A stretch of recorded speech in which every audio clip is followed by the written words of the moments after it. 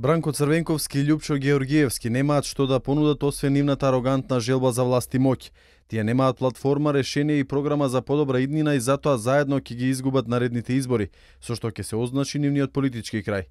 Ова беше истакнато на денешната трибина организирана од Институтот Димитрија Чуповски, на која што учествуваа политичари, аналитичари, новинари и универзитетски професори. Новинарката Катерина Нешковска соопштува дека ова не е коалиција на партии, туку на две личности со голема желба повторно да дојдат на власт. Таа додава дека многу поважно е кој каква програма, проекти и решенија ќе им понуди на граѓаните.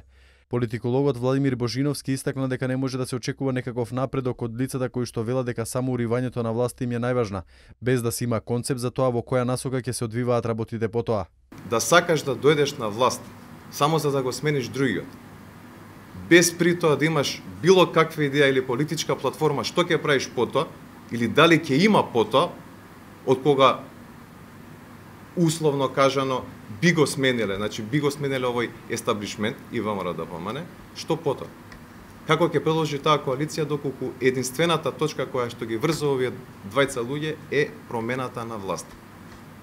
Немаме идеја што, немаме политичка платформа, немаме визија за развој.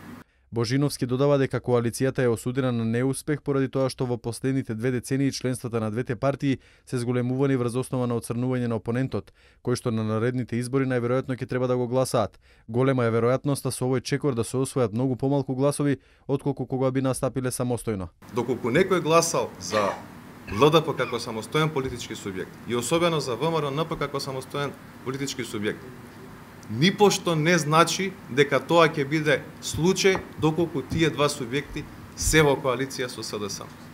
Универзитетскиот професор Панде Лазаревски истакнува дека двајцата политичари имаат сериозен багаж од минатото, додавајќи дека по наредните избори ќе заврши нивната авантура и опозицијата ќе започне да се консолидира на сериозни основи, со што би дала конструктивен придонес во општеството.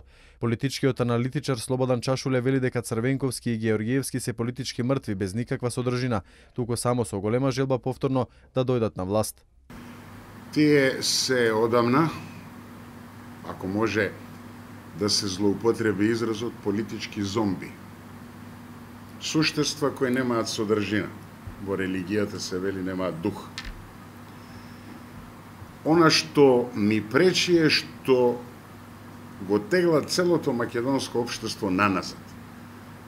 Бидејќи, освен гола лична амбиција, една неверојатна доза на ароганција, најверојатно заради губитништвото, и отсуството на каква идеологична понуда го спротивставуваат со еден политички курс и една реализација која навистина, ако сакаме да имаме функционална демократија, треба да биде вреднувана.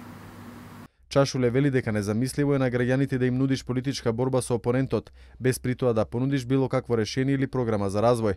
Новинарот Драган Павлович Латас на трибината посочи дека СДСМ ќе загуби многу од гласовите со оглед на тоа што голем број на членовите имаат одбивност кон идниот коалиционен партнер Георгиевски. Тоа што ќе го загуби СДСМ на другата страна е многу поголемо.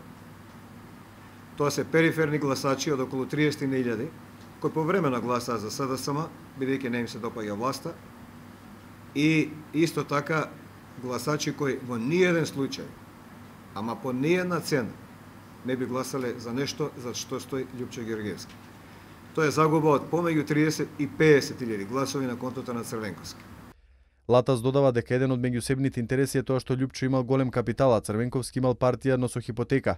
Универзитетскиот професор Јован Донев нагласува дека сличност има политиката кон името, односно СДСМ нема став околу ова прашање, а Георгиевски, Тито Петковски и уште неколку други политичари јавно ја промовираат идејата за промена на името.